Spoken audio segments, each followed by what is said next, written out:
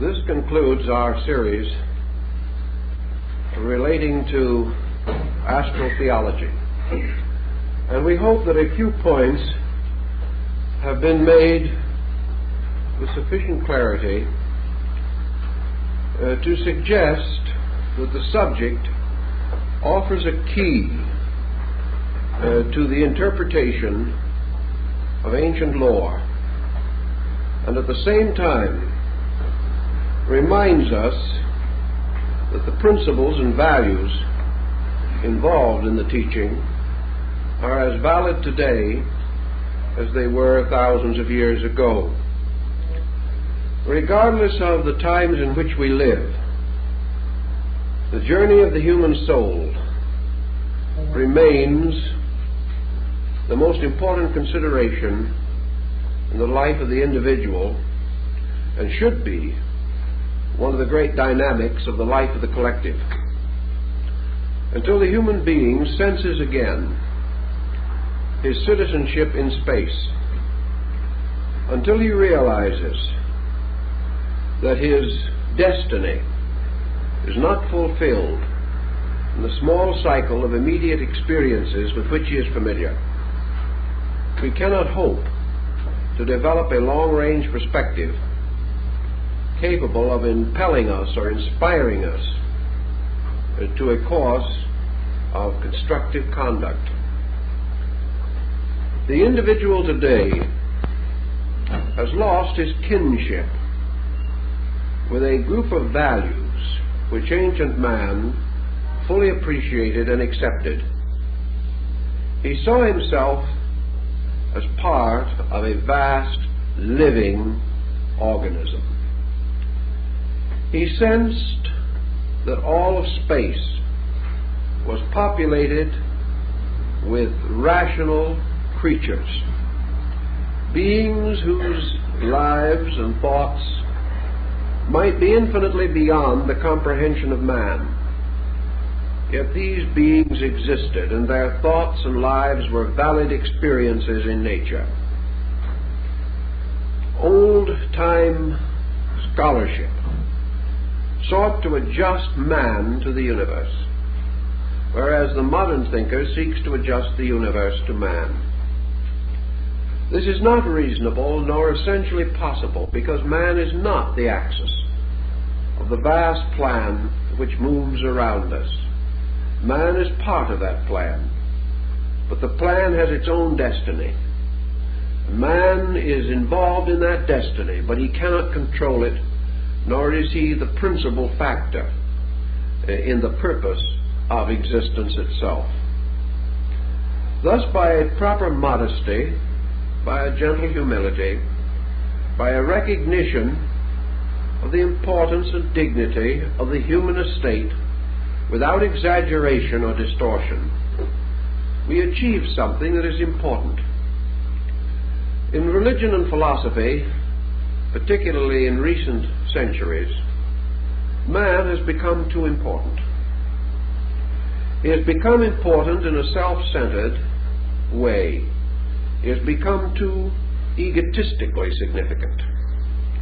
And in the emphasis upon himself, he has failed to emphasize his relationships with the larger world of which he is a part. Until he has proper perspective, he cannot cooperate adequately with any purpose greater than his own personal interest. Now today even we recognize larger purposes. We recognize such desirable ends as world peace. We hope to see ultimately the end of poverty. We would like to see universal enlightenment. We would like to have a factual statement of human equality. We look for the time when prejudice and intolerance will cease, and that the individual will live in a better kind of world.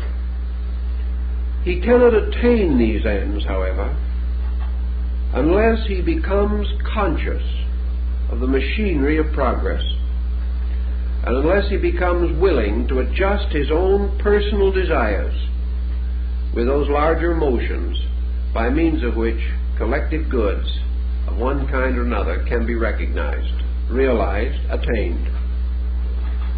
The ancient man, therefore, looking around and seeing the universe, saw it as a vast house. He saw it as a house in which there were many rooms, many departments.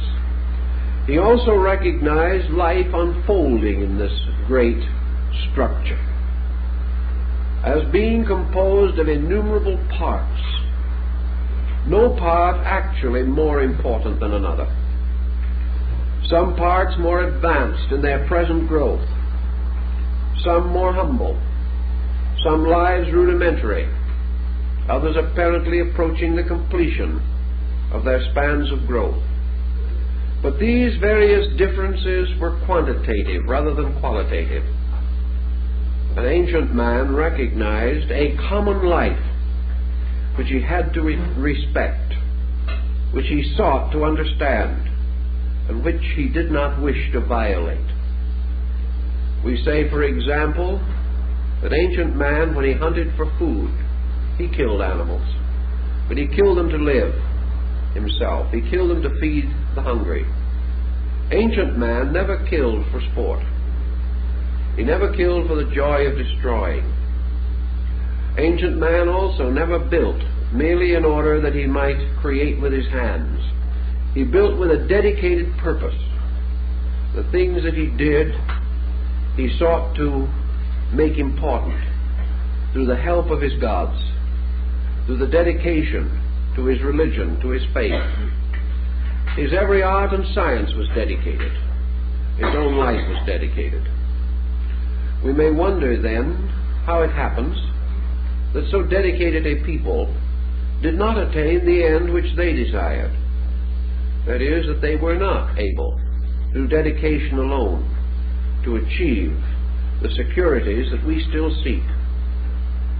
One of the reasons, perhaps, why they were unable to succeed totally was that, like all of us, they were in processes of growth.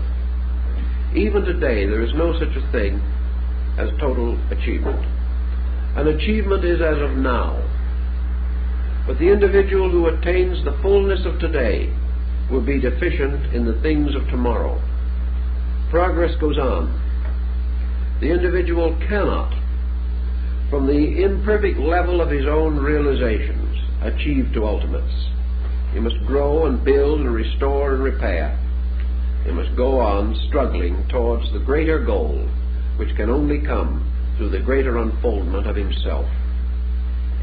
So our forebears long ago, on the plains of Babylonia or Syria, or in some ancient mountain fastness of northern Asia, looking out upon the universe, experienced first of all kinship.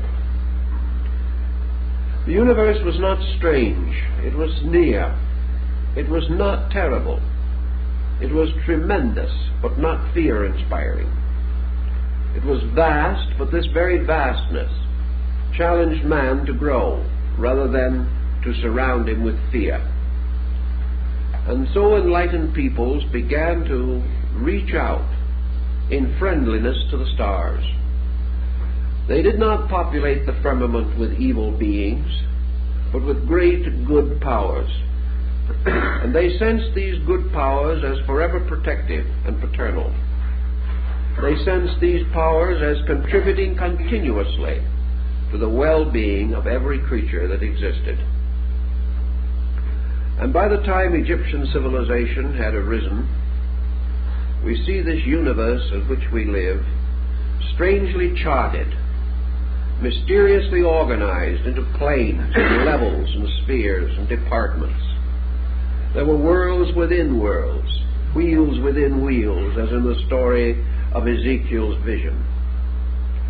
Man saw the universe as a vast structure of evolving life and saw himself moving through this structure. One of the most difficult problems he had to face in his ancient seeking was the fulfillment of his yearning to share with life, to share with the total experience of existence. This perhaps was the beginning of mysticism. Certainly it was the beginning of man's seeking, when man went forth alone into the night to fast and to pray and to meditate, to ask the presence or ask awareness of the powers which he felt were around him and within him. Primitive man did not believe that all his deities were far above the sky. They lived in the earth and in the rocks around him. They lived in the mountains and the valleys and the trees and the waterfalls.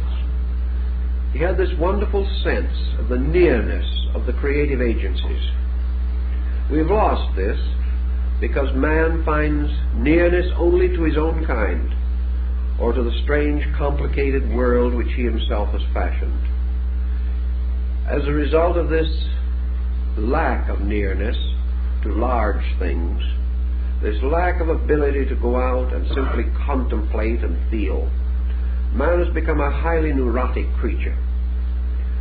Some psychologists like to tell us that ancient man was also neurotic. He probably was to a degree. But had he been as neurotic as we are, it is questionable if the race could have survived. Actually, he had, as a medicine for his neurosis, so many beautiful things that we no longer have. Perhaps they were superstitions. Perhaps we feel that we have outgrown them, like the fairy tales of childhood. But whatever it is, we have lost the beautiful.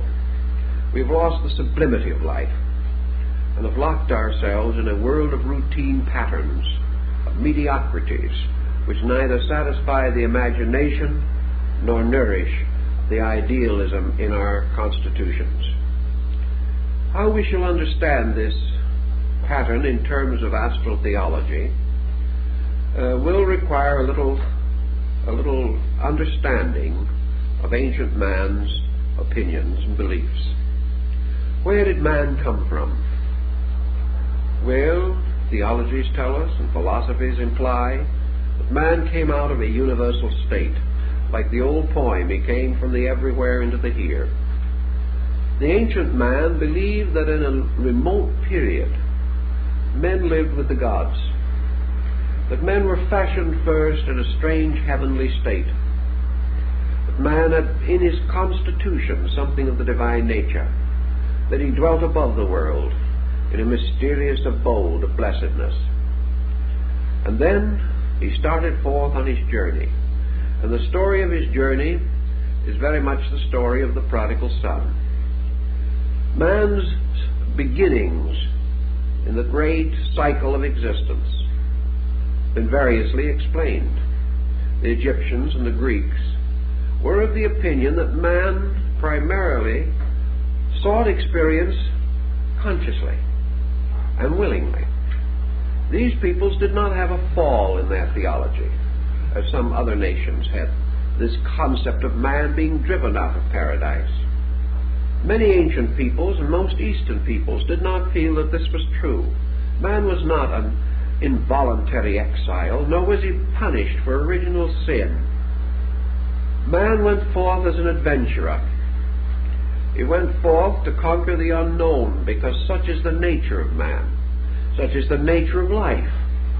The American Indian will tell you that just as the young man, reaching maturity, feels his own individuality and wants to go forth upon the adventure of life, to create a new home, to bring a new world into being, so primordial man, primitive man, in the presence of the gods, is said to have looked forth into the great expanse and mystery of creation and decided to go a-venturing. He wanted to know what was beyond and below and around him. He wanted the victory that comes from effort, from victory over limitation. Here again we have the story of the prodigal son, because there was one son who stayed home, and the son or sons who remained at home, took care of their father's house, were good and obedient children. And yet one went forth as a prodigal and wasted his substance in riotous living. He went down into Egypt, and he passed through great catastrophe and great sorrow. And finally he returned to his father's house, in this case as a penitent, as a repentant one. And the father was so happy at the return of his son that he caused the fatted calf to be slain to form a banquet. And when the other sons said, "Why should the one who has sinned be given all this attention, and we who have been good have had no attention?" the father, in rapturous emotion, exclaimed, "But this son was lost, and he is found again. He has been taken from us, and he has returned to us, and greater is the rejoicing because he has come back." The ancients built on that theme somewhat, with other modifications. They held that there was something more important than being happy forever. And this more important thing was to go forth and learn. And behind man's great cycle of progress and growth was not the arbitrary bolt of lightning or the flaming sword, but man's instinctive and native desire to go forth and learn. We are all learners. We are all seekers. Life is a questing after value. Life is a release into manifestation of potential strength and power. Life is man gradually gaining victory over ignorance and death and darkness. Life is a kind of game, a sublime divine game. And in this spirit, ancient man faced it. He faced it as he faced the day, fully recognizing its hazards and its dangers, but also realizing that every hazard was a potential victory. Every danger was an opportunity to be greater than circumstance. These thoughts, then, according to ancient doctrine, sent man into the great mystery of the world, sent him forth out of the state of innocence into the search for virtue, out of ignorance into the questing of wisdom, and out of a static potential into a sphere of dynamic potency which he had to conquer. So man is out conquering. He has gone forth upon the mystery of self-knowing, of understanding, of gaining all the strength in himself. Therefore, according to the Scripture, he will in the fullness of time be greater than the angels, because the angels did not go forth in this great search for self-knowing and self-becoming. But in the old ways, these various steps that were taken were not regarded as we regard them, as stupendous episodes, as great problems to be greatly considered, any more than the growth of the child was a great problem. It was taught that the child was going to grow up and be a child no more, that sometime maturity would take the place of childishness, and all growth and education and preparation were toward maturity, toward self-integration, towards complete personal acceptance of the burden of individual existence. These things were behind the Greek legends and the Hindu and Chinese legends. And so man stepped out of the mystery of the heavens into the strange circles of the spheres. He began to experiment with the problem of life existence in itself. And the first thing he had to do before he could function in any sphere or any world, he had to fashion for himself some kind of a body in that world. He could not move from one state of matter to another, or from one state of energy to another, unless he had an instrument within himself by which he could be attuned and adjusted with the new state into which he was passing. The old philosophies tell us that when man moved downward out of his original state, he did not cast off his divinity. He simply enclosed it in a lesser condition. He put on new vestments, but the same spiritual being was within them. As man lost his contact with the heaven world, it was not because the God in him died, or that the God in him departed, but rather that it was vestured with a heavier raiment. And this raiment was derived, as the Hermetic axioms tell us, by descending through the various parts of the world. Thus in the Pymander of Hermes, we see the soul coming down through the orbits of the 7 planets, or the 5 planets and the luminaries. And as the soul entered into the state of each of these planetary cycles, the god or the keeper of the planet bestowed something upon the soul.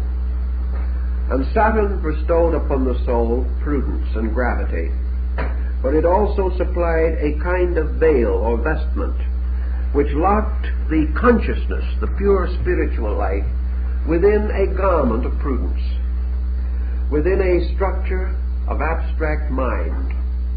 And this structure was embryonic, it was unborn, it was untried and untested. It wrapped the individual in a potential. And as man descended into the great ring of Saturn, according to the ancients, he received the potential of abstract mind, the power to become prudent. He did not become prudent, he merely gained the power to be. And as he descended beyond this into the sphere of Jupiter, another vestment was added over, as a garment upon an undergarment.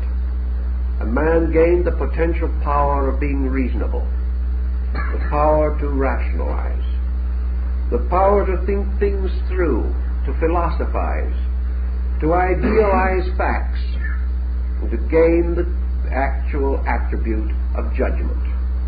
Then he went still further down, and he received another vestment over the ones that he had already gained.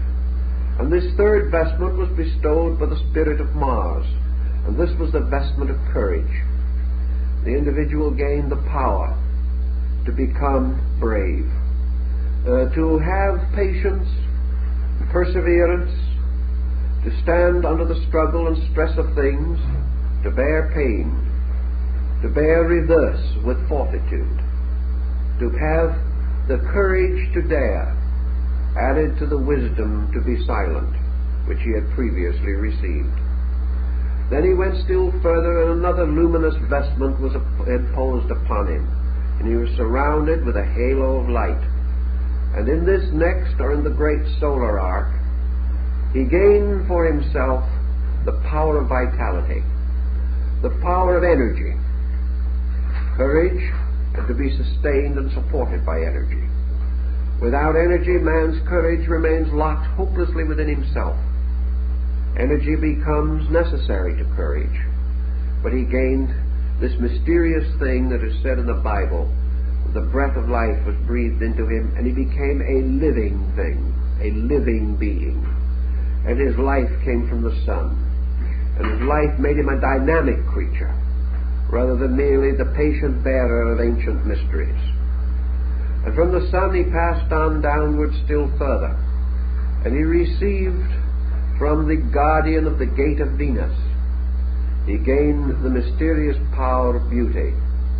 He gained the ability to love, the ability to sacrifice with great tenderness of affection, the strange and wonderful ability to forget self in the service of the beloved.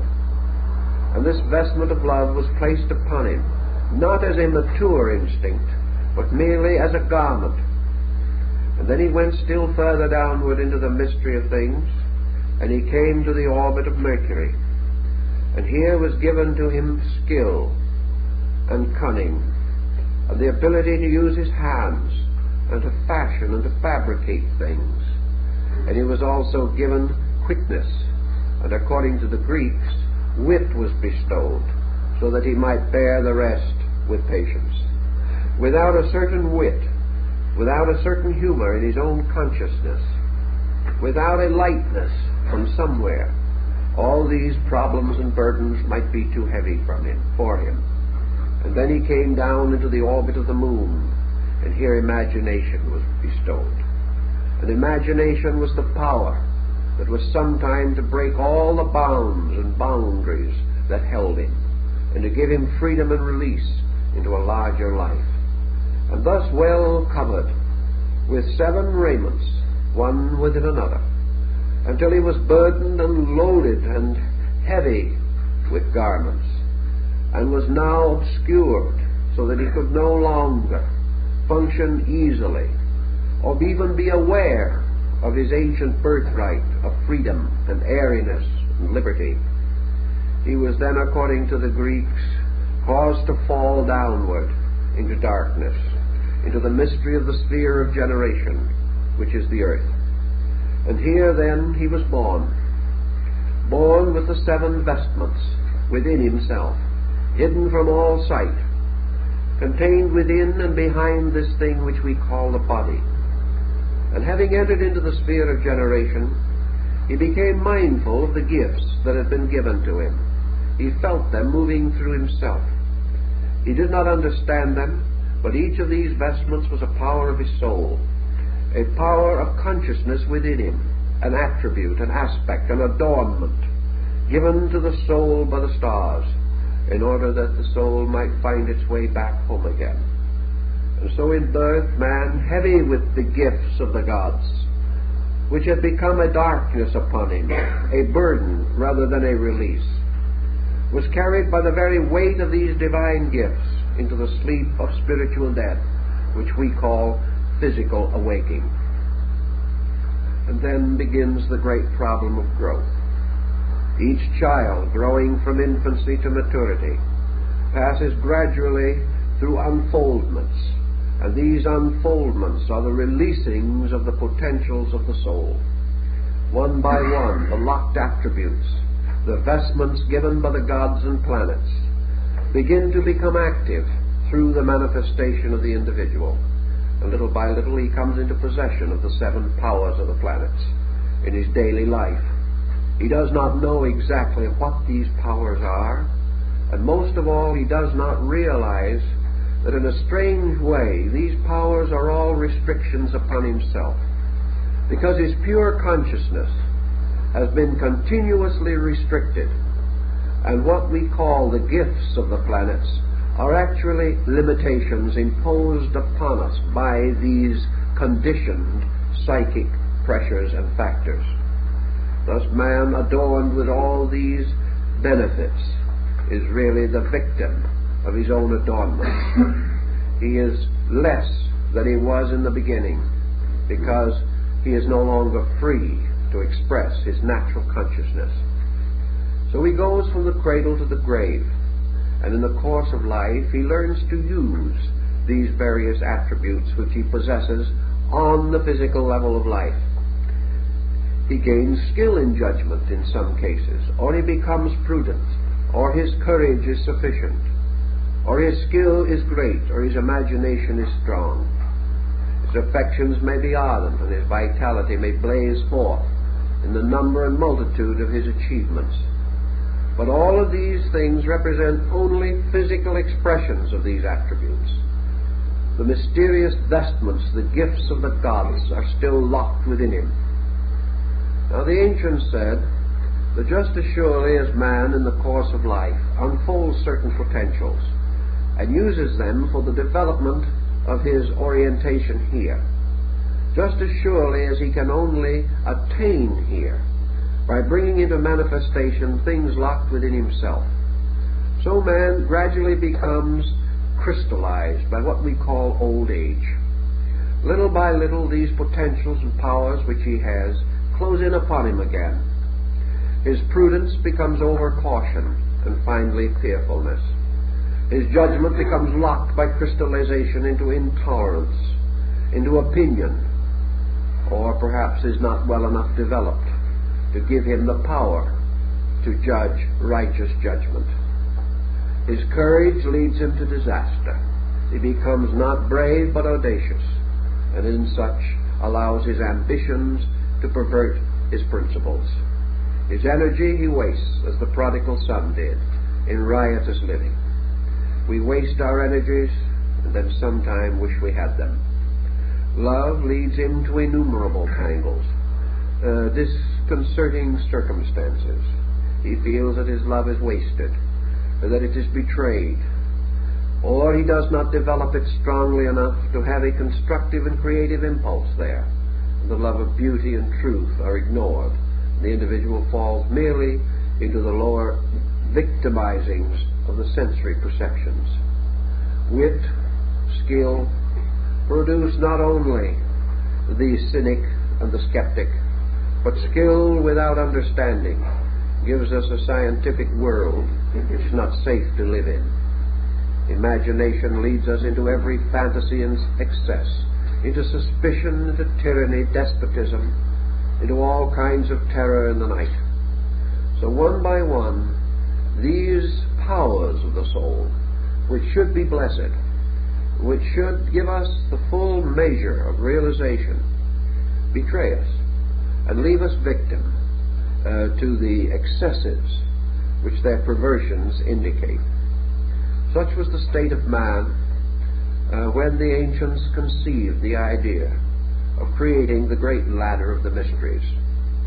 This great method of release, not release for this life alone, not release merely for years or for days, but the recognition that what we call evolution is man's victory over all the limitations imposed by conditions upon the unconditioned consciousness within himself. So a great symbolical pattern was created which reversed the involutionary procedure. Man gratefully and gladly returned to each of the guardians of the spheres the gifts which they had bestowed. He outgrew these gifts. He rose above them. He transmuted and transformed them, and handed back the vestments and the adornments which they represented. There are ancient fables in the East about this, the fables of the king, who so adorned himself with his jewels and with his wealth and with all the symbols of his honors and dignities, that when he fell into a river he drowned because of the weight of his adornments. And this is what happens to man.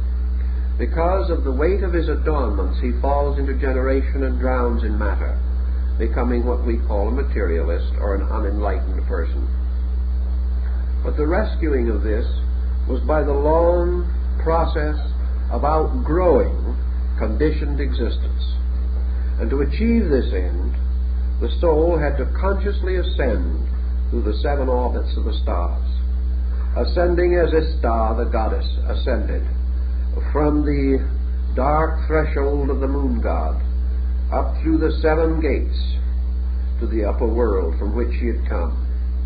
The journey back upward, like the mysterious story of Dante being led by Beatrice from the Purgatorio into the Paradiso, is always man's eternal psychic entity leading him back by his dreams, his aspirations, and his affections to the great spheres from which he fell, or from which he descended not by a moral fall, but by determination or decision to seek adventure, to seek things, and in gaining things to lose self.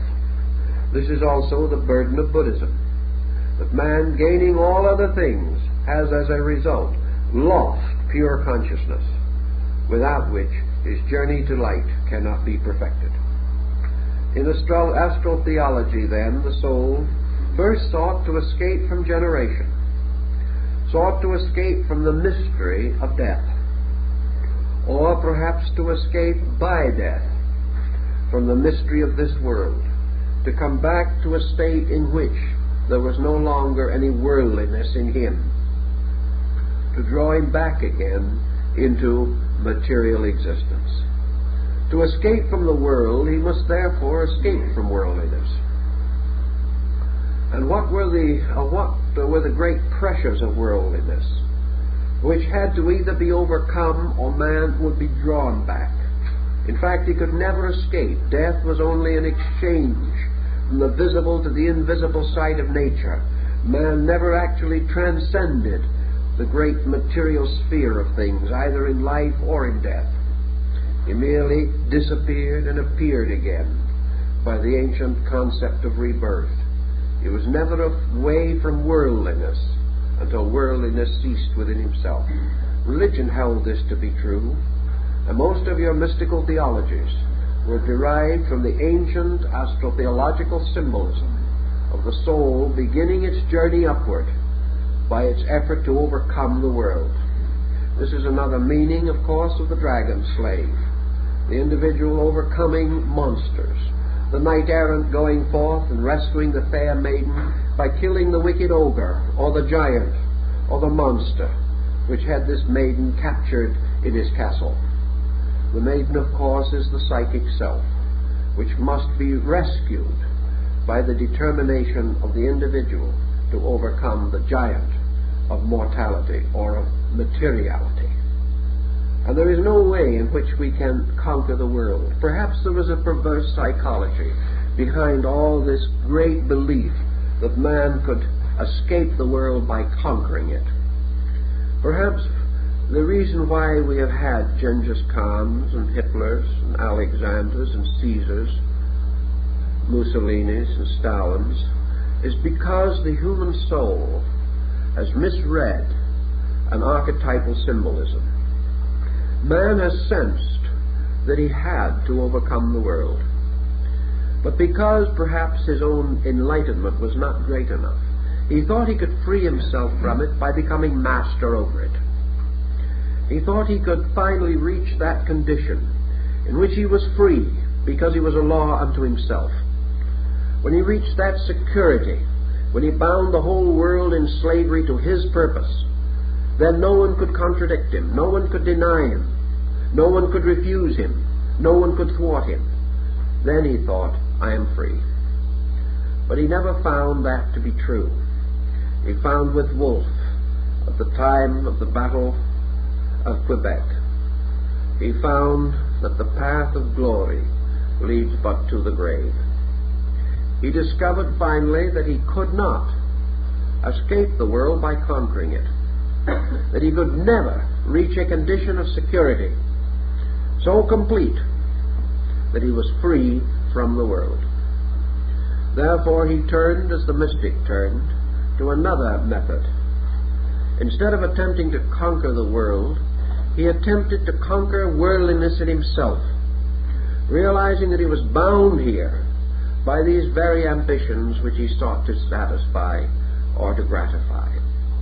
Consequently, by becoming desireless, by no longer responding to the allurements of the world, by no longer admitting the power of the world, he could perhaps escape from its tremendous, insidious effect upon himself. Ancient man, then, really believed that he had to be born again out of this world, if possible, born without death. That instead of dying out of a material state, he must die out of the materiality in himself. This was the second birth. This was the twice-born one who had achieved conscious liberation during life. It was a birth into a new state in which the Greeks said the hero dwelt. The hero being the person who had overcome the world as an experience of consciousness, was therefore free from it, because it could no longer be stimulated in himself. He would no longer hate. He would no longer desire. He would no longer sacrifice his principles for his possessions. He gained a certain detachment. How did he do it? Usually by becoming internally conscious in some way of something superior to the world. He could not escape while he believed in the world. But if by mystical experience, or by the strange disciplines of ancient esoteric sciences and philosophies, he was able to experience inwardly a freedom from this world, and realize that in departing from it as an experience of consciousness, he was not leaving the greater for the lesser, or the known for the unknown, but rather that he was leaving something that he had outgrown, leaving darkness for light, leaving things that are not true for things that are, gaining more than he could possibly lose, finding himself by sacrificing that which was not his real self. Buddhism taught this in renunciation, that the individual, through inward discipline, gradually relaxed away from the world, and having done so, he passed through the first gate of the mysteries, and was, for the beginning of his journey, a free soul, a soul searching light. And beyond this, he then had to pass through what the ancient Indians might have called the yogas. He had to pass through the levels of the planets, and he had to return to each one of these planets the garment or gift which each had bestowed to him. And the only way he could return any of these garments was to outgrow them. He could not cast them off. He had to achieve a victory over them. He had to make himself greater than they were. He had to exhaust their usefulness and their ability to hurt him. He could only, therefore, go on when he had achieved complete mastery over the mystery that was represented for the planetary gift. So when he came to the orbit of the moon on his return journey, he had to transform the potential of imagination into the full release from it, the full expression of it. He had used imagination first unwisely, then wisely, and finally he had reached a point where imagination was no longer important, where the individual exchanged his imaginings for the facts which he had discovered for the growth of his own consciousness. Man does not have to imagine the wonders of the world if he understands the world. The world is in fact more wonderful than any dream that he could have. And through true and complete understanding, the distortions, the imageries, and the fantasies of things were no longer vital to him, no longer necessary to give him inspiration or impulse. Let us say, for example, that a person is inspired to do a good deed. He may be inspired by hope, or by faith, or by charity. He may imagine all the wonderful outcome that will follow this good deed, and therefore he is strengthened to do it. But when he is wiser, he will do that good deed without any of these overtones at all, simply because a certain action is lawful, right, proper, necessary, and the only thing conceivable. When he reaches this point, he can return the cloak of imagination to the lunar guardian who keeps it. He no longer needs it. He is not deficient in anything that imagination stands for, but he has released consciousness from imagination and into fact, and the fact is more beautiful, more wonderful, and more true than anything that he could imagine. Then he goes onward to the problem of skill, and to this little humor problem that we described. He must return to Mercury, the gifts which this orbit has given to him. And so we find that he returns to this level, that level of his mentality, which has to do with proficiencies of all kinds. He returns the powers which Mercury has, among them the arts and sciences, because these arts and sciences were all schoolrooms in which he studied, and having mastered the lesson, he no longer needs them. Having transcended sensory perceptions, he is no longer dependent upon them. He moves inward into the archetypal soul powers, by means of which he can direct his higher destiny. So he returns to Mercury these problems. And he also returns this element of humor. For this humor is no longer necessary to the individual who values things correctly, because the moment he values them correctly, they are sufficiently satisfying and sufficiently optimistic so that the truth is more joyous than any interpretation or any jest that we can create about it. And he returns in due force and time the emotion of love and beauty to the keeper of the orbit of Venus, because he has now discovered a transformation of emotion within himself. He is no longer subject to profane affection. He has rather transformed all personal emotion into compassion, or the great spiritual attribute of love. He has gained a soul power, and it is no longer necessary for him to use the instruments of trial and error which he previously knew. He then ascends to the sphere of the sun, and here he returns his energy, because he no longer needs to do as Satan does, rush up and down the world. He no longer needs activity as we know it, because the greater activity is a psychical quality within himself beyond dimension. Vitality is no longer necessary. In its place is a simple directive. He is no longer burdened with body building or the need of energies and vitamins to maintain himself. All these things are necessary because of his own ignorance, and as he becomes wiser, he outgrows them. He then returns also his courage to the orbit of Mars, because courage is only necessary in the presence of the unknown. When the individual recognizes the immutability of good, he needs no courage, for he knows there can be no evil thing happen to him. And he returns to the sphere of Jupiter, the judgment which it bestowed. And last of all, he returns to Saturn, its prudence. And then, as the wonderful golden verse of Pythagoras says, the soul, freed from all these bonds and all these burdens and all these raiments, rises in its own pure nakedness to return again to the world of light from which it came. It has, however, passed through a strange experience, a strange transformation, because in the Greek philosophy the soul that descended in the childish ignorance of the unknown around it and within it. But the soul ascending has ascended by conscious, intentional victory, step by step. So the innocent, childish soul that descended gives place to the strong, mature, virtuous soul that has decided all things and has chosen to cling unto that which is good. Thus the journey of the soul through the spheres gives man the power of decision. It gives him the right to choose to be right.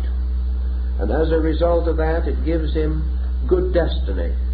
It gives him the right to earn a destiny, which cannot be earned unless all factors composing it are voluntary decisions of his own.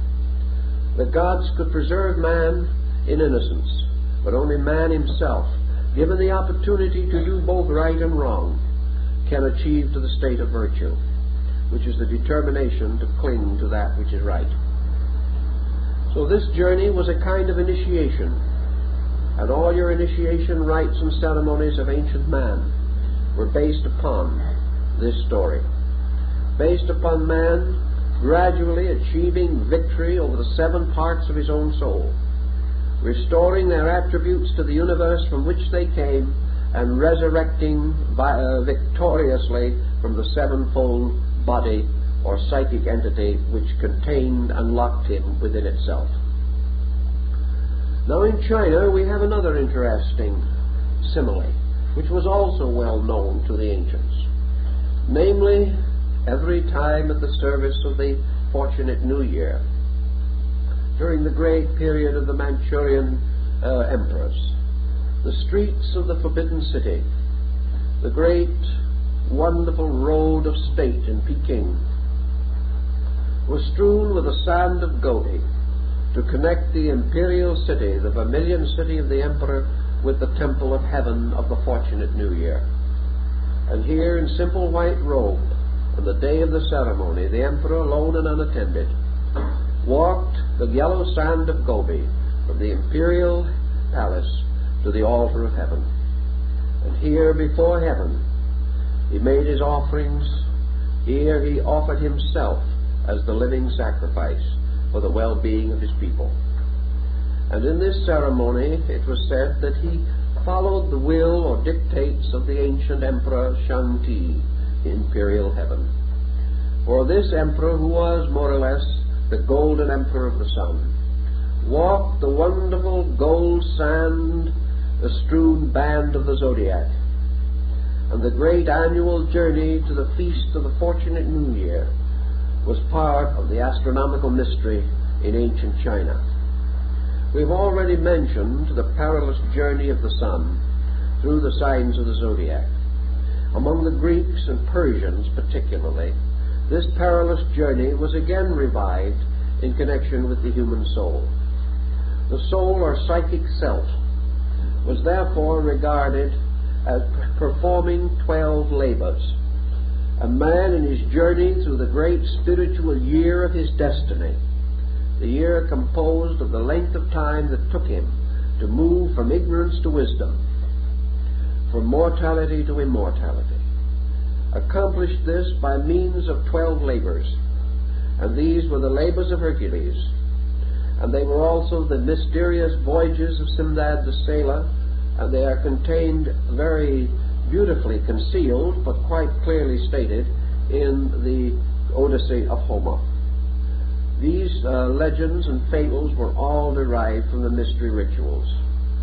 In the Egyptian rites there were 12 deities, 12 ancient gods who sat in judgment. These 12 gods passed upon the virtues and vices of the human soul.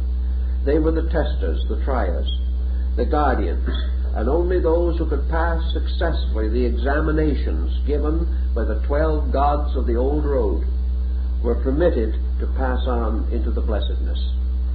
Now these 12 gods or guardians of the old road, of course, relate to the solar mystery. And as man became a little more sophisticated in his astronomy and a little more aware of the mystery of the year, he likened his own spiritual cycle of life to this story of the annual journey of the sun. So man started out with a firm conviction that this mystery revealed to him the things he had to do. For the old question is asked again and again, what must a man do that he shall be saved? And this problem of being saved to the ancient meant that he must be worthy. Salvation comes from the same word as salary. That is, we are paid a salary.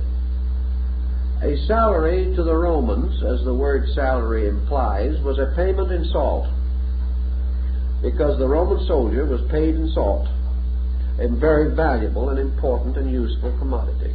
And the payment that he received in salt was called his salary. Now, salvation comes from the same thing. It means well salted. And it also means that those who are saved are the salt of the earth. Because salt is also the most ancient thing for the preserving of food. When they didn't know what to do with it, they put it in brine. And by putting it in brine, they could keep it indefinitely. So salvation meant to be kept in salt. Now, we have hardly that idea of it anymore, but it has its useful points. Because if the salt shall lose its savor, wherewith shall it be salted? And in the Scriptures we hear a great deal about it. Now, in ancient days of royalties, particularly in England, they had a very large salt cellar. It was a symbolic one that looked more like the trophy that you win when you do a particularly good round of golf or something of that nature, a trophy cup. The salt, the great salt, might be 2 feet high, and it was placed on the baronial table. That is, it was placed on the table of the nobleman, dividing those who sat above the salt and those that sat below the salt. And great people sat above the salt, and common humble people sat below the salt. And the interesting point was that the sign of poverty was that you did not have enough salt. The salt was a luxury at one time that belonged very definitely to the great and the privileged. And those that were above the salt were supposedly the salt of the earth, although from what we can learn in English history, it wasn't always quite literally true. But here we come to this point. What must a man do to be saved? Salvation had to do with preservation. And preservation had to do with man performing certain dangerous tasks and surviving wonderfully these hazards and these tests. And in order to achieve these ends, he had to show his courage.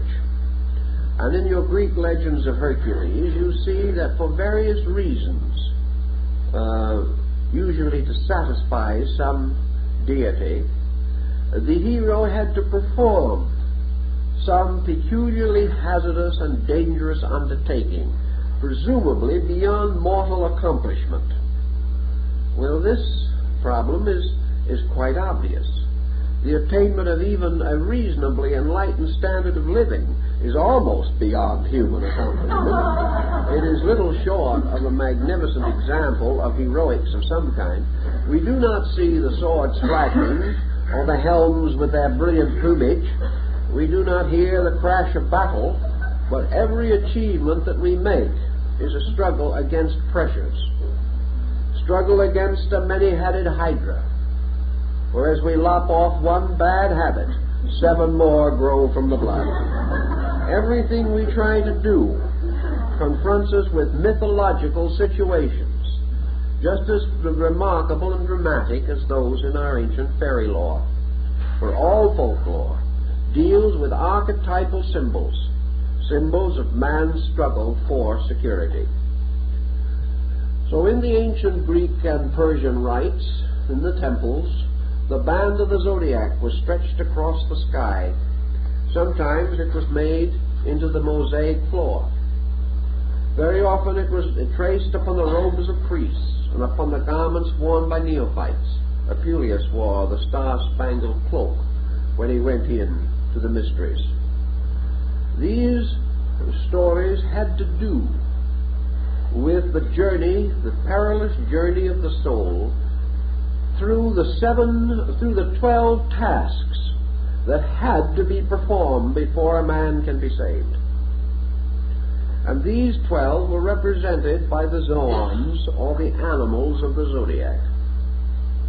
And these animals in turn were each of them an emblem of some ancient law or principle, a hieroglyph, signifying a positive and negative attribute. Each one of these creatures was either a constructive or a destructive force. Each one had its privation and its success, and it also had its moderation. And the work of the hero was to pass the test without in his own turn violating a principle. If he violated one law in order to keep another, he became hopelessly involved in a labyrinth.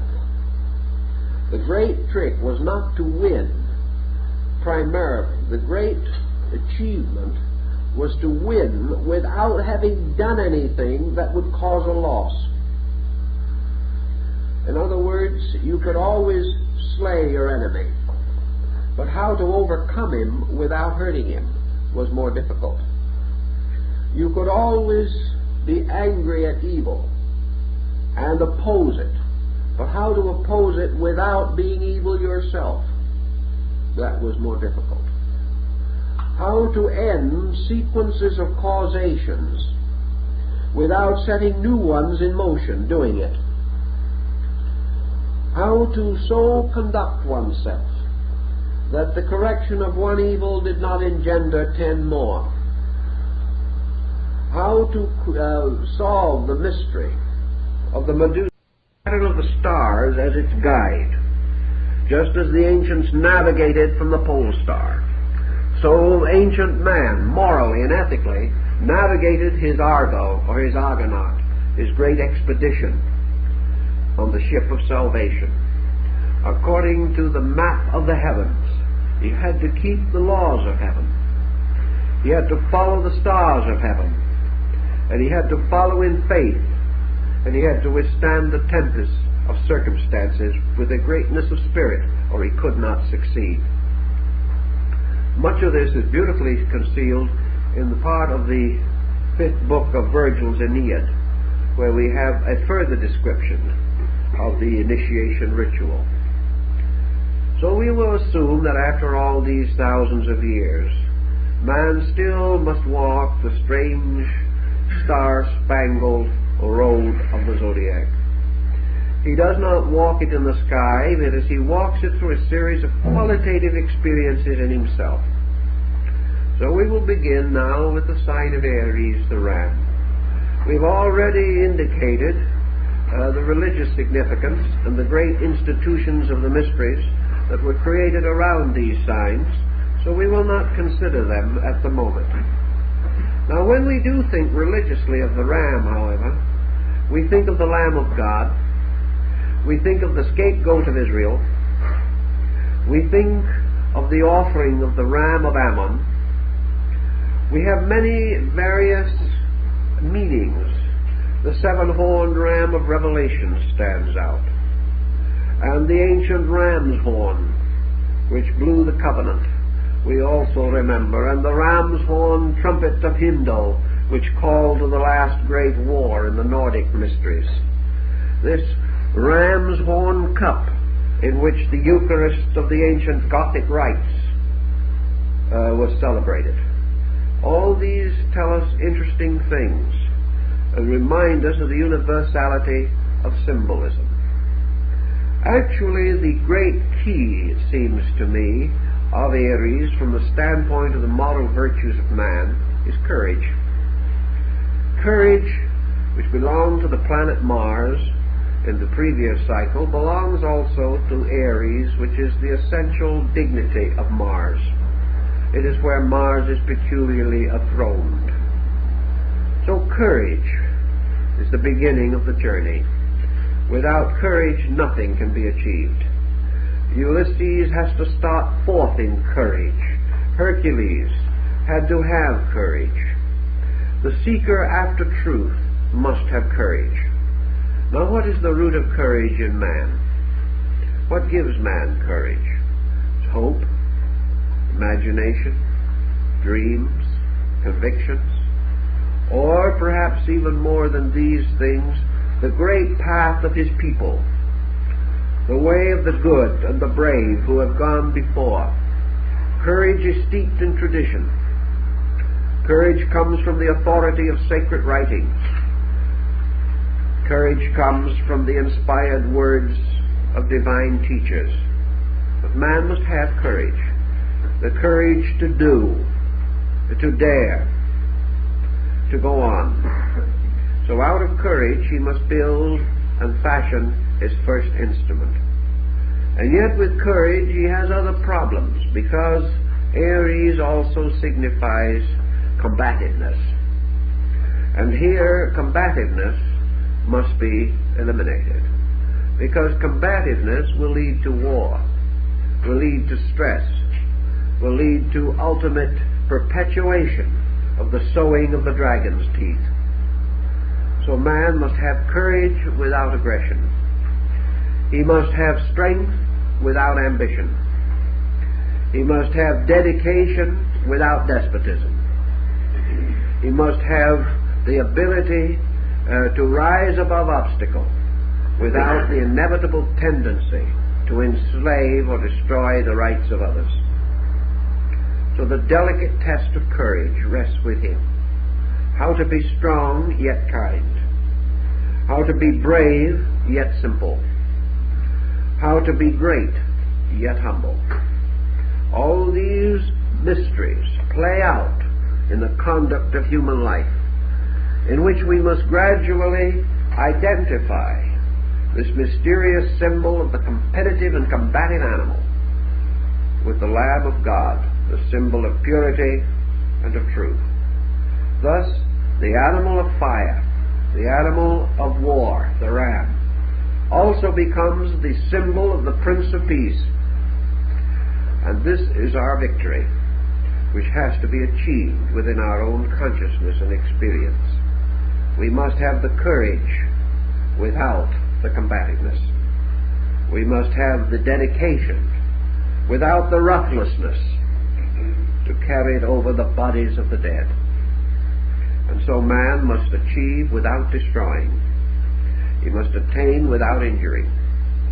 He must solve the mystery without bringing disaster upon any other living thing. Thus becomes the test, the mysterious problem which he has to solve. And when he has solved it, assuming that he does, or at least that he has solved it as far as he can at any given moment, then he passes on to the second sign of Taurus, the bull. And under the symbol of Taurus, he has that peculiar power of steadfastness. Now, steadfastness is the indomitable determination of purpose. But how can we have this steadfastness without other less favorable aspects appearing in connection with it?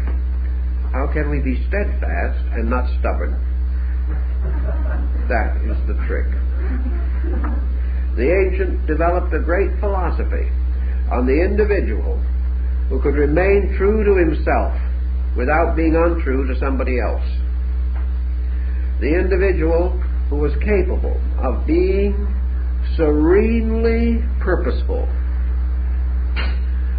and at the same time not be locked, not be closed, not be held by some false attitude in his own mind. Very much of the loyalty that we think about is only stubbornness. Dedication is not what it always seems to be. It is just habit. It is the individual doing it because he has always done it, and not because it is right. So under the sign of the bull comes this mysterious power, this tremendous power of this creature, the power to go on, to persevere. For like the plodding ox that draws the plough through the ancient muddy waters of the Nile bank, like the same stolid ox that is on the rich man's table, like the ancient Nandi, the bull that rides Shiva upon its back, the bull of heaven and the bull of earth, and the bull which Virgil says opens the egg of the year with its horns. This bull of continued determination must be analyzed morally, spiritually, into motive and into every conceivable understanding that we can bestow upon it. We must fight and solve the mystery of the Minotaur within its labyrinth. For this was the bull-headed man. Sometimes we say that people are bull-headed, and we are not referring to the Minotaur in most cases when we say that. We are referring to an objectionable stubbornness.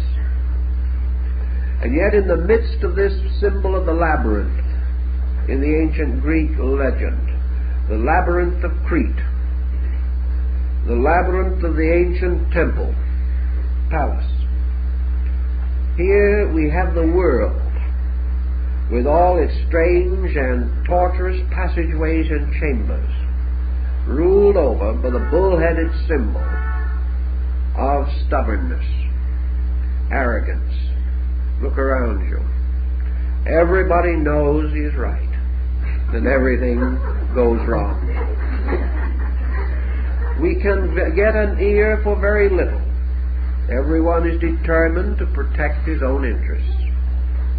Everyone has closed his mind to that which differs from him, and each, smugly entrenched behind his own defenses, is concerned primarily with the security of himself and his group, and with old prejudices and unchangeable crystallized attitudes we seek desperately to prevent the growth of tomorrow or the survival of today. This is the Minotaur ruling the world. It is reaction. It is the old stubborn pride. It is the individual who must fight with his own fear of change, with his own determination to be loyal to his opinions rather than to truth. And the hero must fight that fight. And it's a great fight, and everyone doesn't win immediately. Now the third sign that the soul is confronted with is Geminus, the twins. And here we come into a very intriguing problem, the problem of psychological polarity. Here we come into one of the strange things that is most obvious in the human mind. The more stupid a person is, the more certain he is. The more thoughtful he becomes, the more uncertain he becomes. And you take the comparatively thoughtful individual and you say, I want a yes or no answer. you'll have a very hard time getting it. You will get the famous political answer. Yes, and then again, no. The individual will say, it would seem this way, but perhaps it is the other way. Why? Because we pass through a period in which, as someone said, we become broad-minded but a little flat-headed at the same time. We mistake uncertainty for generosity. We like to think we're liberal, but the fact is we do not have the answer. And because thoughtfulness gives caution, we have lost directive in a great many instances. So everything in life is polarized. And we have the various Aristotelian techniques of either and or. We have the individual who, departing from the evil, would cling to the good, but has already established a polarity that has destroyed truth. We have persons seeking the so against the not so, only to discover tomorrow that they were wrong on both counts.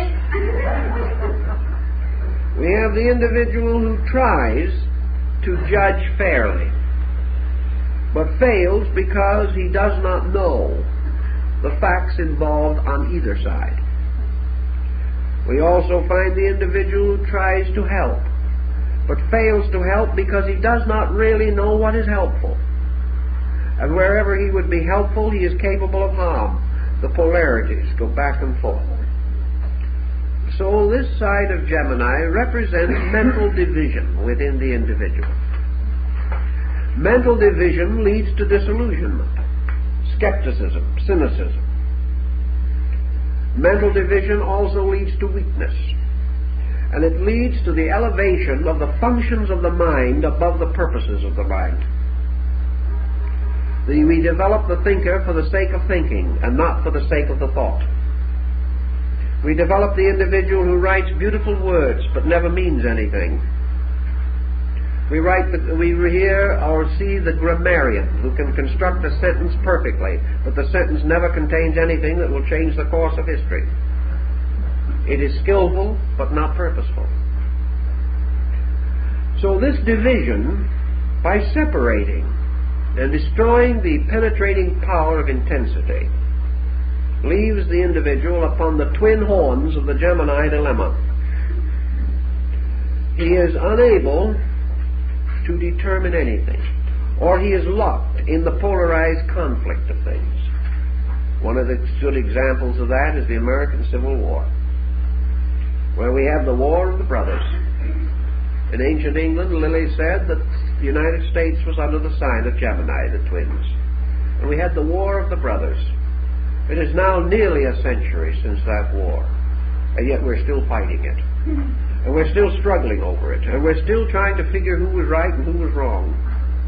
And we have a great many people who do not care who was right or who was wrong. They're on the other side, whichever it may be. We cannot let it die. So Gemini gives us another thing. It gives us this division, it intensifies prejudice, and then it never lets anything die. It keeps on fighting the war after everybody's dead. It keeps on winning the argument after everyone else has gone home. And it keeps on trying to figure out how it could have won the argument for days after it has lost the argument. Division. All this seems perhaps a little on the flighty side, but underneath it, there's a principle here. This principle of duality, which caused Pythagoras to spit upon the ground whenever the number 2 was mentioned, simply because it represented division. And wherever there is division, there is loss. That which the gods would destroy, they first divide. And wherever there is division, then there is need for reconciliation.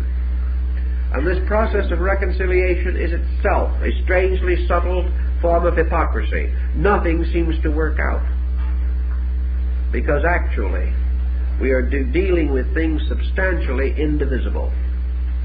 Their unity must be acknowledged, not achieved by human defense. It is there to begin with, and we cannot defend it, we must discover it. There is a very peculiar problem which we have to go on to very carefully. Then we pass to the next type, where we gain the mysterious heritage of the moon. And the moon gives us the strange inheritance of moods. The moon gives us light and darkness. It gives us this strange inconstancy within ourselves. It caused Paul to cry out in his agony, "When I would do good, evil is ever nigh unto me." It causes the individual this strange weakness in his own nature, making him a servant of tides, making him moved upon surfaces which he cannot control, like a ship in a storm. And this strange moodiness of man, the mood of greatness and the mood of failure, the inability of the individual to depend upon himself, the inability of the individual to rise above the pressures of his own passing moods. So the hero must master his own moods. He must master the inconstancies by which one day he is for and another day he is against. He must pass beyond those moods which weaken him in time of need, moods which mean that his total resource is not available to him at any time. So the moon tells us that everything ebbs and flows, that everything seems to have beginning and end, and that everything is upon the sea of life, subject to generation and degeneration, life and death, birth and decay, these things moving in strange cycles, and in man these cycles infinitely repeating themselves, so that with every phase of the moon man hopes or fears by pressures which he cannot understand. Thus man, fighting the moon, fighting this struggle within himself, is fighting the inconstancy of himself, fighting the insecurity in which he cannot depend upon his own nature to stand behind him. He must bring his own nature into line. He must conquer the shifting rays of the moon's phases. He must gain the ability to keep his light even when the moon becomes dark. So the moon has always been the symbol of the lesser light.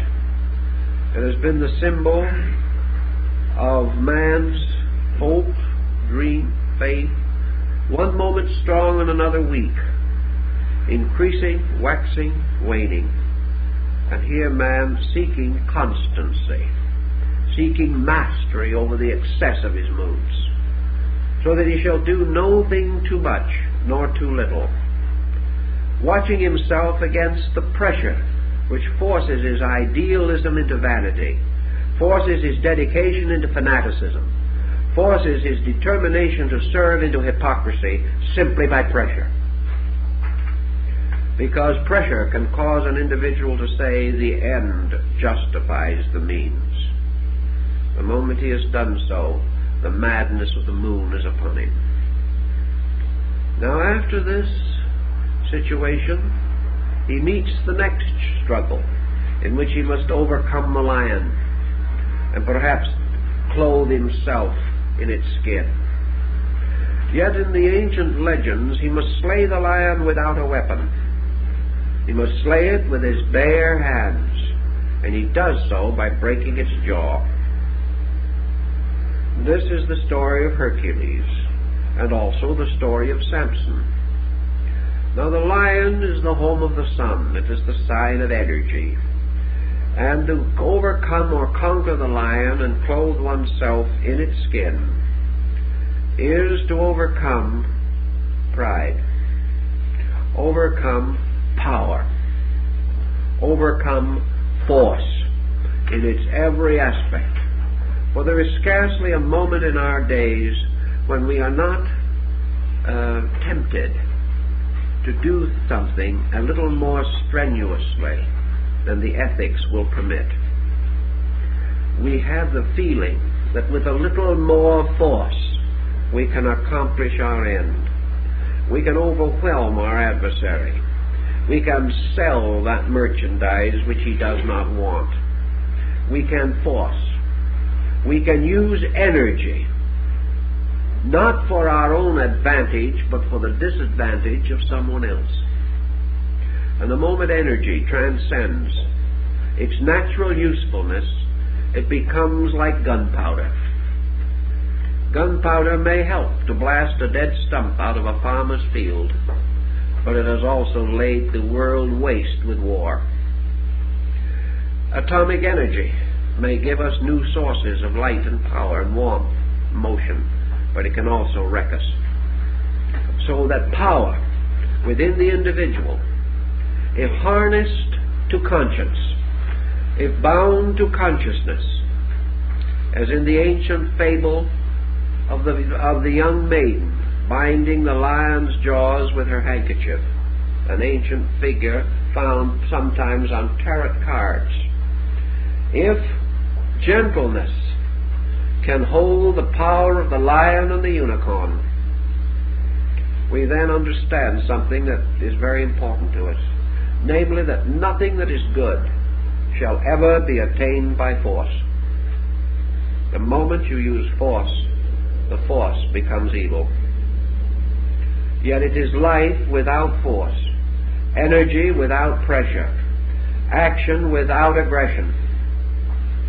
These are the secrets that the ancients tried to tell us must be conquered and mastered and understood by the soul as it walks along the yellow road, offering itself as a gift to heaven. And we go on to the sign of the Virgin. And here we come to one of the most ancient symbols in the old zodiac system. And we find it curiously associated with one great keyword out of antiquity.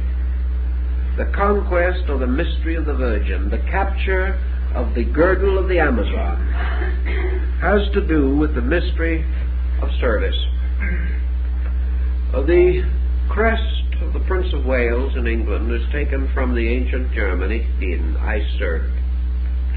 These were the last words of Kundry as she fell dead at the foot of the Grail. I serve. Service becomes one of the great problems of the labor. And to achieve service, one must understand the mystery of the world virgin. For service is actually bringing forth into life. That is the meaning of service. When we serve, we bring something forth into life. When we serve the need of our friend, we help to bring that friend forth out of darkness into light. All service is releasing life. In the ancient agricultural content or context, the Virgin carries the sheaf of grain, because if man serves the earth, it brings forth the harvest. Service, therefore, is making ready the way. It is perhaps sounded in the words of John the Baptizer, "Prepare ye the way of the Lord." For service is to prepare the way of life. Service is to prepare the way for those who do live. Service for the young is preparing them for life, preparing them to bring forth. Service of the strong, if we help a man in trouble, it is in order that we can assist him to bring forth out of himself those resources which are his true solution and which we cannot convey to him. Therefore, service requires great discretion. Service requires a wisdom almost beyond this world. But the symbol of service, for the Virgin, is the great question: what must we do in order to do good? And to answer that question requires practically all the wisdom of the ages. For usually our help is of a sentimental nature. We are kind, we are sympathetic, we do something. And because we do not know what we are doing or why we are doing it, we then sometimes come to a keen disappointment, for the person neither appreciates nor understands, and our good intention is imposed upon or exploited. It is because our good intention was not wise with the wisdom of the server. We do not know how to serve. So to struggle with the problem of how to help another and at the same time not hurt him, for that is the rule, we must never hurt, reminds us again that the only way that we can serve another person truly, perhaps, is to help him to do those things which are nearest to his own soul. Try to find out what his need is and then help him do what he wants to do rather than what we want him to do. Otherwise our service goes immediately into dogma and into despotism. But the problem of service, of sharing without hurting, of giving without impoverishing, those are the secrets of the mystery of the maiden with the sheaf of grain. And the next time we stop in the great zodiacal circle, we stand in the presence of the balance of Libra, the pair of scales tipped strangely and held by a strong angel with a blazing sword. And here man seeks the problem of equilibrium. For justice is always balance. Justice arises from fairness. Fairness arises not from a man's ability to see the two sides of a situation, because there are usually more than two sides. Justice consists in recognizing the law as it applies to all sides. Thus Pythagoras pointed out that virtue is not upon one end of the pan, one pan of the balance, and vice upon the other, and we do not weigh the living and the dead. Vice is at both ends, and balance or truth is in the center. And it is only the scale that balances that is true, and the only true part of the scale is the balance in the center. So man, searching always for survival, for truth, seeks equilibrium within his own consciousness, realizing that the moment he polarizes or unbalances, he will be unlawful. So to bring all extremes to moderation gives him justice. For justice is moderation. Justice is in no thing excess or privation. Justice is in all things truth, victorious over all error. Thus there may be 50 errors about a matter, but only one truth. And justice is to discover that truth. Man, surrounded by many factors in living, must seek always the balance, must seek always the truth that underlies all these different contending, dissenting parts. He can never know them all. He can never understand them all. He can never recognize them all. Therefore, he remains true only to the balance, keeping the equilibrium, and in all matters clinging to the law. For the law is his hope and his salvation.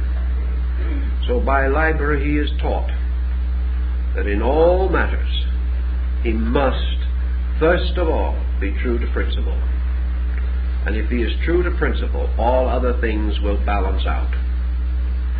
And he passes from there to the ancient sign of the scorpion, sometimes represented as a serpent and again as an eagle, the only sign which has three distinct glyphs of its own. Now they said in ancient times that the scorpion was the symbol of death. But in the old mysteries, the sign of the scorpion and the sign of Scorpio, the night house of Mars, the nocturnal entrance to the underworld, was always guarded by the god Hippocrates, not Hippocrates, Hippocrates, the god of silence, And he was always represented standing or seated at the front of the temple in this position, with one finger on his lips. He was the god of silence. So the sign of Scorpio in the old mystery rituals taught us the secret of silence, the most valuable noise that there is. Silence is a strange, deep darkness. But silence, while it may seem to be the mother of mysteries, is exactly and actually the firstborn of truth. For in silence and silence alone, all mysteries are solved. All soundings end in silence, and from silence came all sound. And man, in his search for reality, must not only have courage, have skill, and have understanding, but he must also have the power to be silent. For if to speak is silver, as the German proverb used to say, to be silent is golden. And this golden silence is not merely not speaking. It is a silence of quietude within consciousness. It is this actual problem of being still that we may know the mystery of the divine presence. So the sign of Scorpio has always been peculiarly associated with the mystery rituals. All rituals had to do with death. All symbolical transformations were represented by the mortuary ritual. The initiate passing into the underworld in the ritual went through the mystery of death, presumably, symbolically.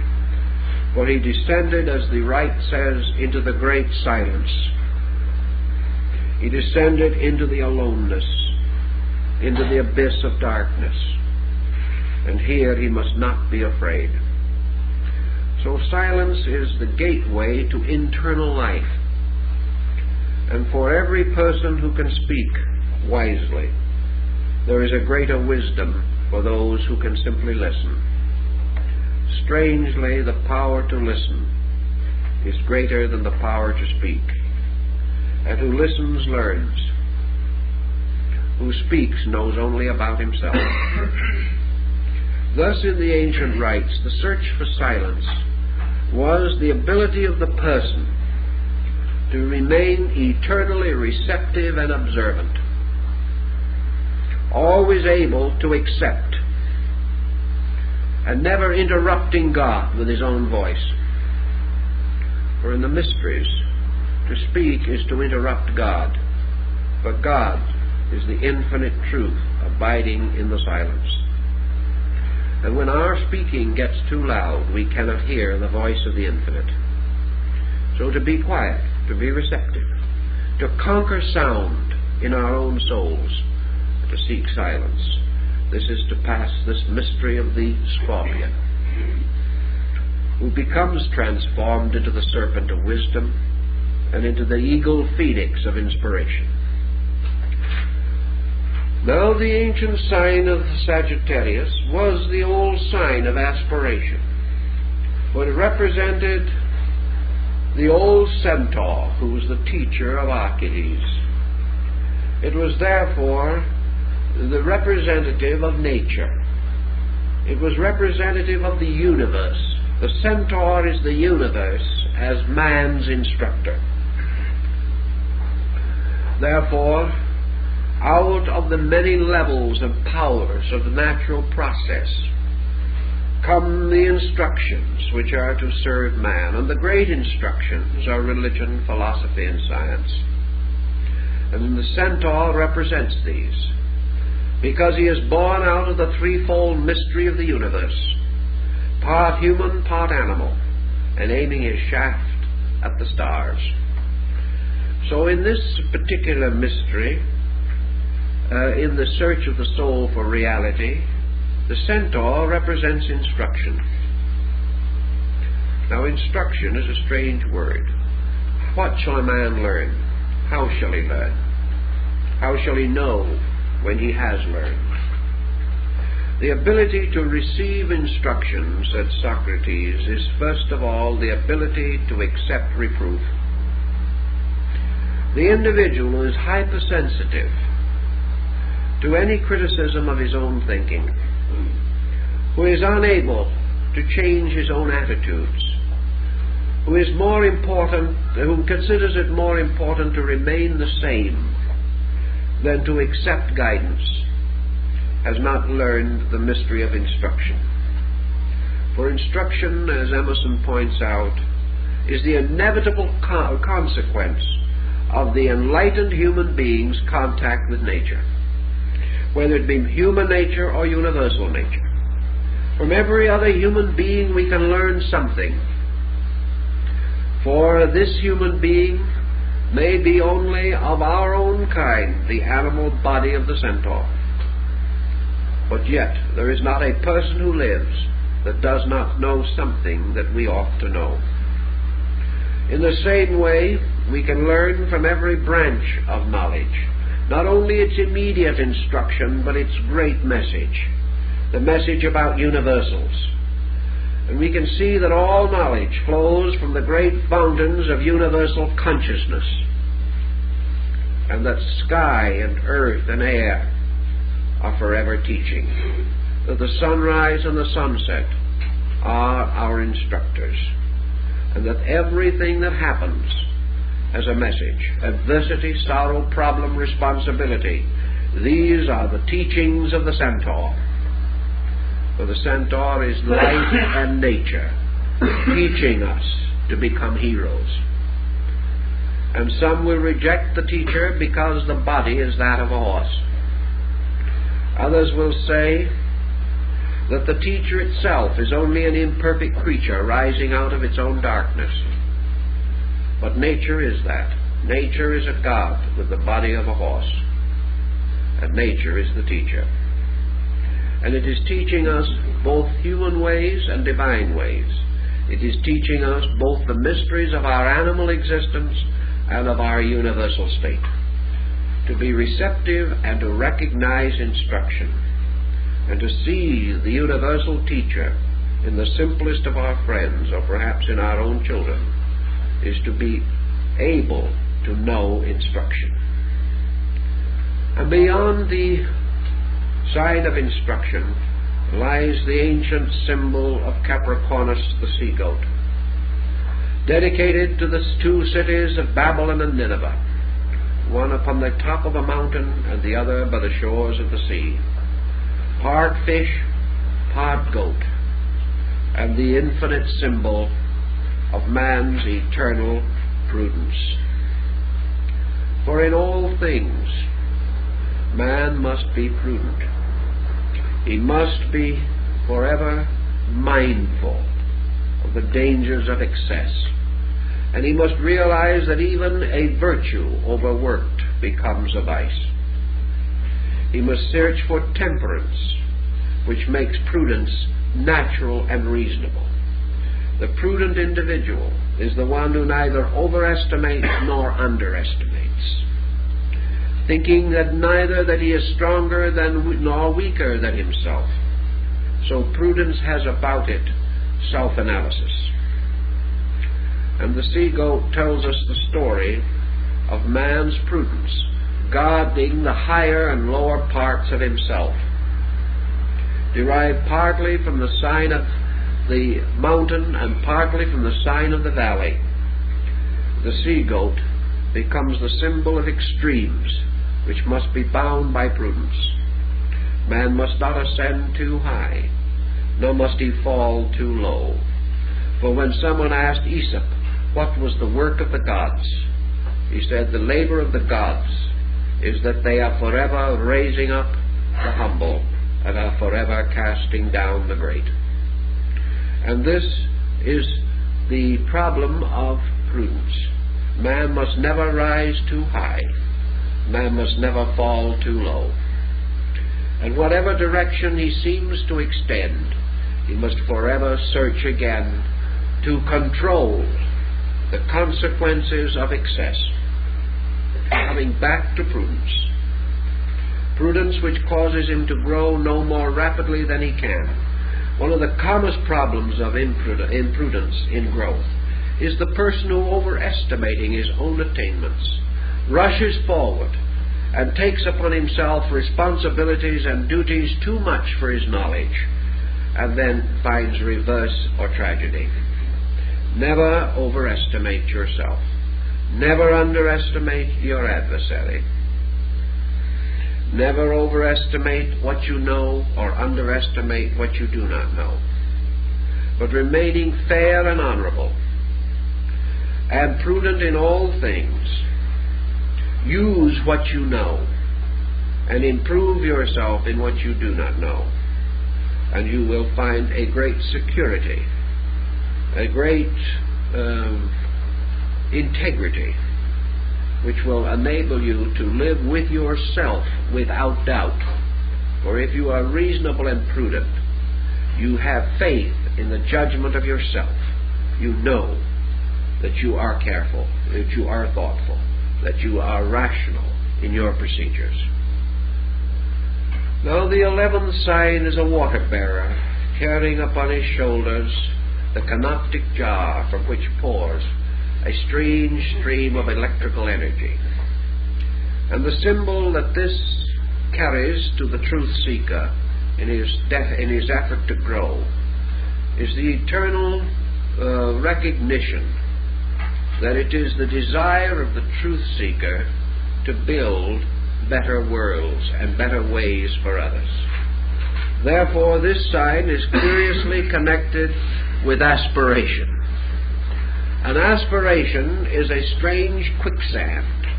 Again, man must fight the oaries of illusion, for wherever there is a virtue, there is an illusion twisted around it.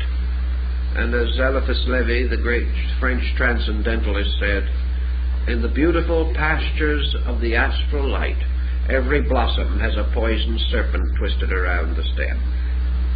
And when you pick the flower, you are bitten by the serpent. Now, aspiration is like that. We all desire to build a better world. We desire to create this golden age we look for. We seek utopias, but we know why they have failed. We seek to bestow upon others vision which they cannot receive. We demand from others understanding which they cannot give. We find a world unsatisfactory, so we declare war against it and do nothing. We reject society because we do not endorse it. And if it fails to live up to our standard of what it should be, we curse it in our hearts. Forever, behind the thin veneer of altruism, we fall into criticism, condemnation, and strangely subtle destructiveness. And nearly all of our so-called aspiring souls have been antisocial, because they have never really understood the world they were trying to help. They have never recognized that we are all working with children. We are working with good children and not bad adults. We are working with those who cannot know more than they do.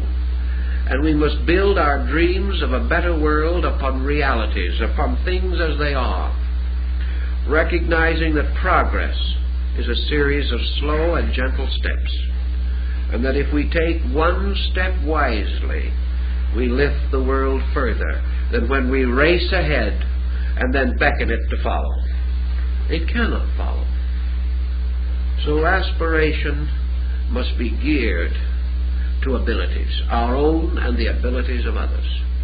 If we aspire too greatly, we cannot live up to it ourselves, and our conscience hurts us. When we claim virtues that we cannot apply, we injure ourselves. So our claims should be more modest, and we should always aspire to the next thing, moving one step, and realizing that the great journey of life is a trip which is made up entirely of single steps.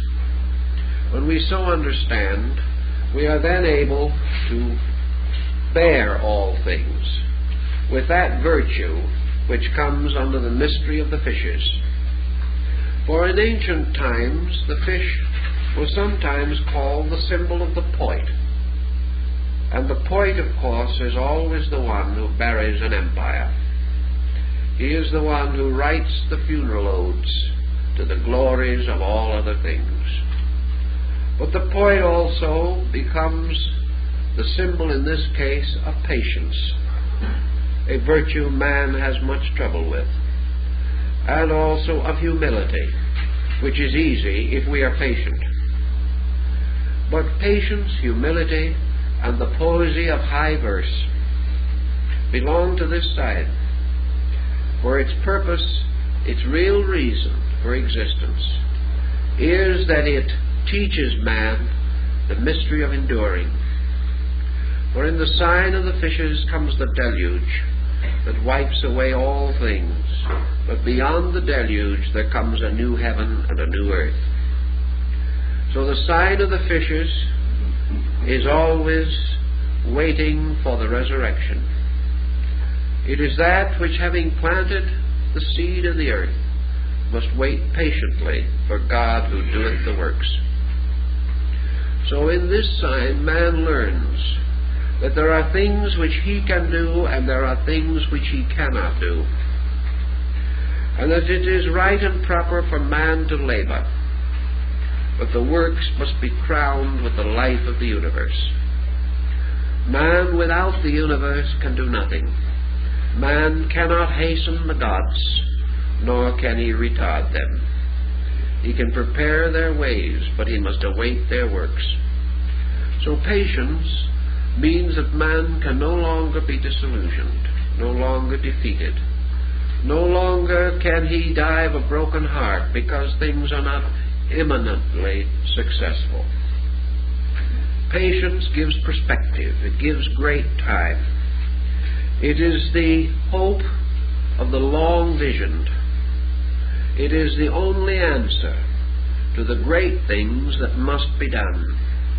For these things must be fulfilled in the fullness of their own time, and not according to the hopes and ambitions of mortals.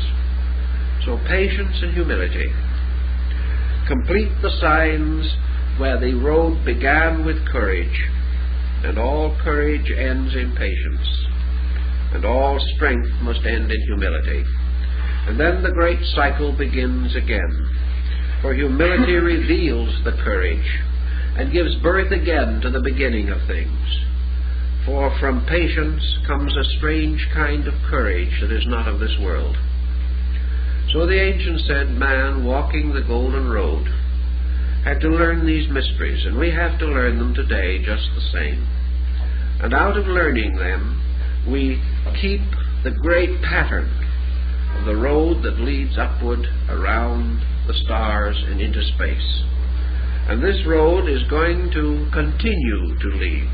And men may conquer space. They may go out and travel to other planets and other stars. But they can never get beyond the mysterious, invisible road for which the stars stand. For all conquest must fail. All discovery must come to naught, unless conquest is the conquest of self, and discovery is the discovery of that which is locked within the innermost and the furthermost of existence. Thus the astronomy and the philosophy and the religion of these peoples formed one pattern. And I think there is sufficient utility in that pattern to make it worth our remembering. And also there is something quaintly delightful in these mythological burdens and the intricate chess games of emotions and attitudes to which they bear witness. Our ancient friends were very astute in their understanding of human psychology. We can profit by the fable if we can apply it to ourselves. And by so doing, we will understand man's journey around the great mystery of the golden road that leads back home. And I think that that more or less summarizes the concept of the ancient astro-theological philosophy. And we thank you very much.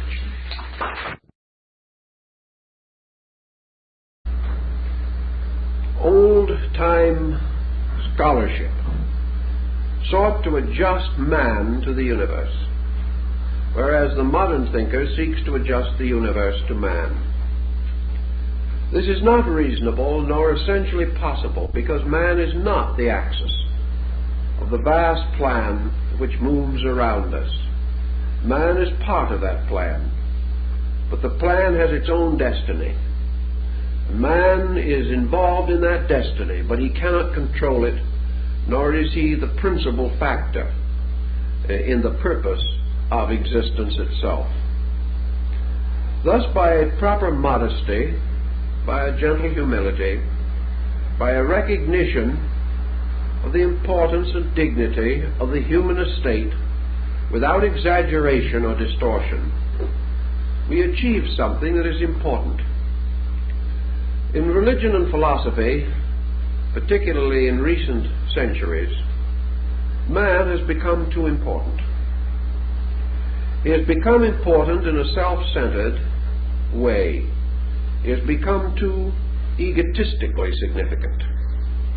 And in the emphasis upon himself, he has failed to emphasize his relationships with the larger world of which he is a part. Until he has proper perspective, he cannot cooperate adequately with any purpose greater than his own personal interest. Now today even we recognize larger purposes. We recognize such desirable ends as world peace. We hope to see ultimately the end of poverty. We would like to see universal enlightenment. We would like to have a factual statement of human equality. We look for the time when prejudice and intolerance will cease, and that the individual will live in a better kind of world. He cannot attain these ends, however, unless he becomes conscious of the machinery of progress, and unless he becomes willing to adjust his own personal desires with those larger motions by means of which collective goods of one kind or another can be recognized, realized, attained. The ancient civilizations achieved to ultimates. He must grow and build and restore and repair. He must go on struggling towards the greater goal, which can only come through the greater unfoldment of himself. So our forebears long ago on the plains of Babylonia or Syria, or in some ancient mountain fastness of northern Asia, looking out upon the universe, experienced first of all kinship. The universe was not strange, it was near, it was not terrible, it was tremendous but not fear-inspiring. It was vast, but this very vastness challenged man to grow rather than to surround him with fear. And so enlightened peoples began to reach out in friendliness to the stars. They did not populate the firmament with evil beings, but with great good powers. And they sensed these good powers as forever protective and paternal. They sensed these powers as contributing continuously to the well-being of every creature that existed. And by the time Egyptian civilization had arisen, we see this universe in which we live strangely charted, mysteriously organized into planes and levels and spheres and departments. There were worlds within worlds, wheels within wheels, as in the story of Ezekiel's vision. Man saw the universe as a vast structure of evolving life, and saw himself moving through this structure. One of the most difficult problems he had to face in his ancient seeking was the fulfillment of his yearning to share with life, to share with the total experience of existence. This perhaps was the beginning of mysticism. Certainly it was the beginning of man's seeking when man went forth alone into the night to fast and to pray and to meditate, to ask the presence or ask awareness of the powers which he felt were around him and within him.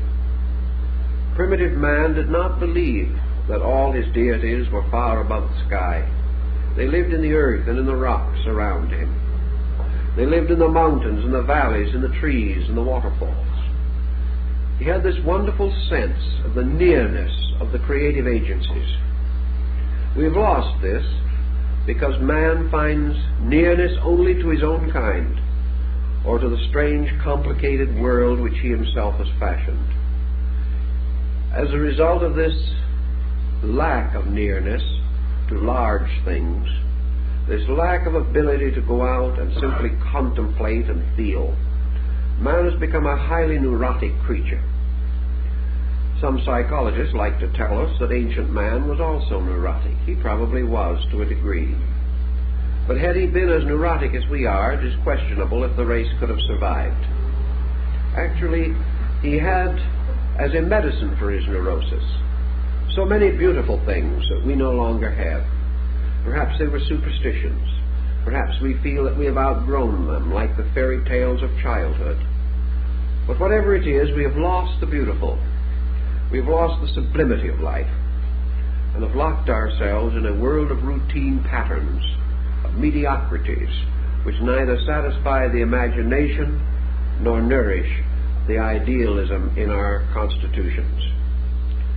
How we shall understand this pattern in terms of astro-theology will require a little understanding of ancient man's opinions and beliefs.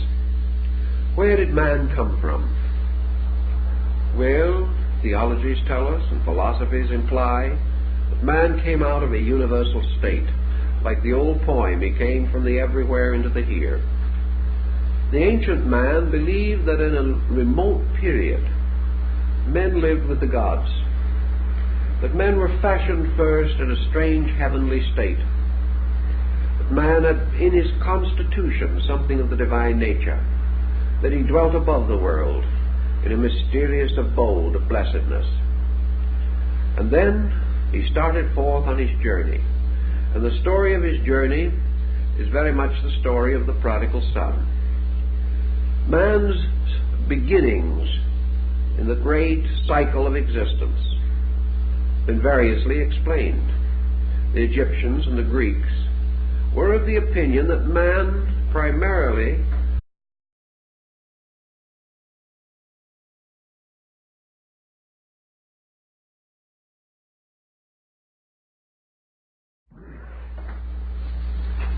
This concludes our series relating to astro-theology. And we hope that a few points have been made with sufficient clarity to suggest that the subject offers a key to the interpretation of ancient lore, and at the same time reminds us that the principles and values involved in the teaching are as valid today as they were thousands of years ago.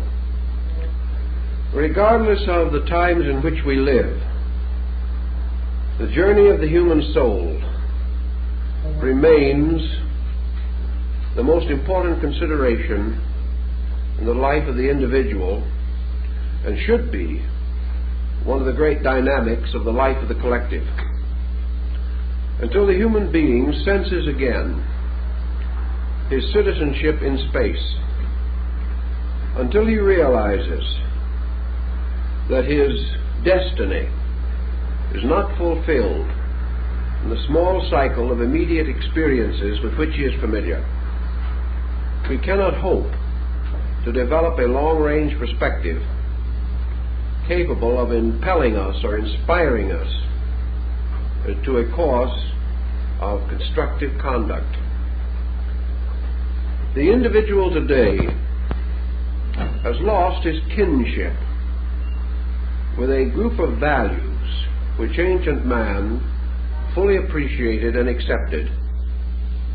He saw himself as part of a vast living organism. He sensed that all of space was populated with rational creatures, beings whose lives and thoughts might be infinitely beyond the comprehension of man. Yet these beings existed, and their thoughts and lives were valid experiences in nature. And therefore, looking around and seeing the universe, saw it as a vast house. He saw it as a house in which there were many rooms, many departments.